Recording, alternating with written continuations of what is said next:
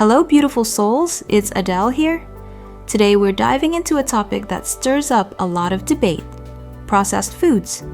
Are they all harmful? Or is there more to the story? Let's find out. Processed foods have been at the center of heated debate in recent years, with ultra-processed products often painted as the main culprits behind poor health. To understand why this matters, we need to look at the bigger picture. Obesity has now been recognized by the World Health Organization as a serious global epidemic and one of the most pressing public health issues of our time. Instead of leveling off, obesity rates are still climbing, driving higher rates of type 2 diabetes, heart disease, and even some cancers. And here's the striking part. Research from the World Obesity Federation shows that no country is on track to meet the WHO's 2025 goal to halt obesity. Just 5 nations, the United States, China, Brazil, India, and Russia, account for nearly 1/3 of all adult obesity cases worldwide. Since food choices are at the heart of this crisis, understanding which processed foods can actually support health and which ones contribute to harm has never been more important. In Australia, for example, 42% of the average diet now comes from ultra-processed foods, with the rest made up of minimally processed and moderately processed items. And this pattern is mirrored across the globe.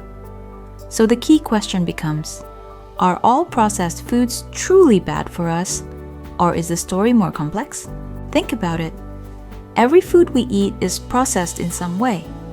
Washing, peeling, cutting, boiling, freezing.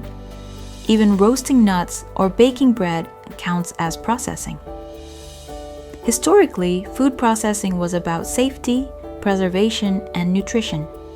Only in the last century did the focus shift more toward convenience and taste. That's why researchers today use something called the NOVA classification system. It helps us sort foods based on how much they've been processed. And here's where things get interesting. Take frozen fruits and veggies. Many people think fresh is always better. But research shows frozen produce is often picked at peak ripeness and frozen within hours, locking in nutrients. For example, frozen wheatgrass juice actually kept 77% of its chlorophyll, 67% of its carotenoids, and even saw antioxidant levels increase after storage. That's pretty amazing. So, minimal processing like freezing isn't harmful. It can sometimes boost nutrition. Now let's talk about other processed foods, things like nut butters, canned fish, or avocado-based products. These can be rich in healthy fats, like monounsaturated, MUFA, and polyunsaturated fats, PUFA. Studies show that diets high in these good fats, especially when paired with wholesome carbs, can reduce body weight and fat mass, improve energy levels, lower blood pressure, support heart health. So yes, some processed foods can be part of a heart-healthy lifestyle. Now, what about the big one? Ultra-processed foods? It's true that high consumption of UPF has been linked to chronic disease. Many processed foods are high in sugar, salt, and additives. However, it's important to remember, not all UPF are created equal. Take plant-based meat alternatives, for example. Studies show they often contain less saturated fat, fewer calories, and more fiber than traditional meat. Plus, they're more sustainable for the planet.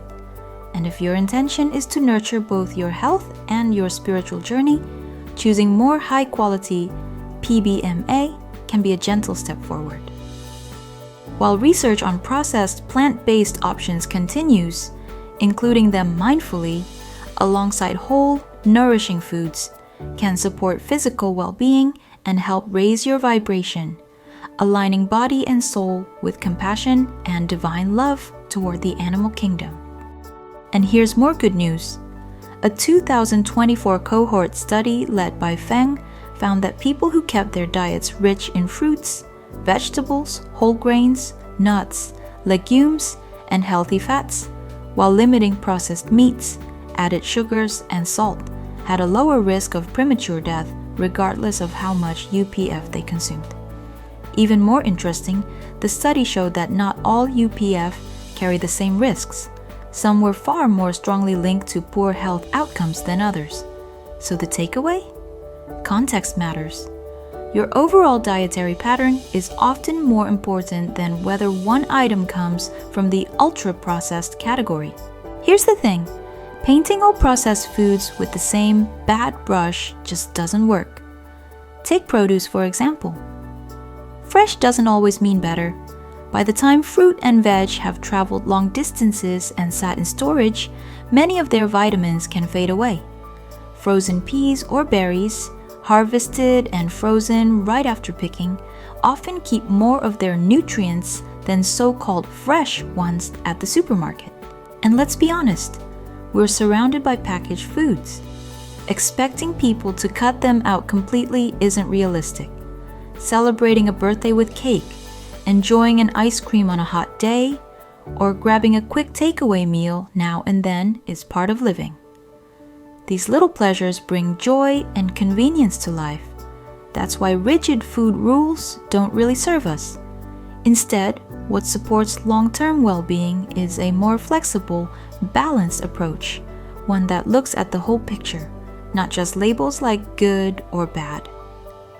When we eat with awareness, choosing more fiber-rich, nutrient-dense foods most of the time, while still leaving room for enjoyment, we create a way of eating that fuels not only the body, but also the soul.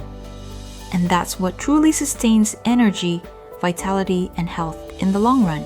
Here's how you can bring balance into your everyday eating. 1. Recognize both the benefits and risks of processing too. Understand the difference between minimally, moderately, and ultra-processed foods. 3. Prioritize fiber-rich, nutrient-dense choices. 4. Limit foods high in sugar, sodium, and unhealthy fats. 5. Let your decisions be guided by nourishment and well-being, not just convenience or cost. Because at the end of the day, health isn't about perfection. It's about balance, awareness, and honoring both your body and your soul. So next time you reach for something from the supermarket shelf, remember, not all processed foods are harmful. Some may actually support your health and vitality. The path to well-being lies not in strict avoidance, but in mindful, balanced choices. With awareness and strong willpower, you can choose the foods that truly serve your body and your soul. Let's keep making food choices that support our health, boost our energy, and help us feel our best every day. Thanks for watching. If you found this video helpful, don't forget to like, subscribe, and share it with someone who might need this message today. For deeper insights into processed foods and a full list of references, visit the complete blog on our website. See you in the next video, where we'll take another step toward health, balance, and higher vibration.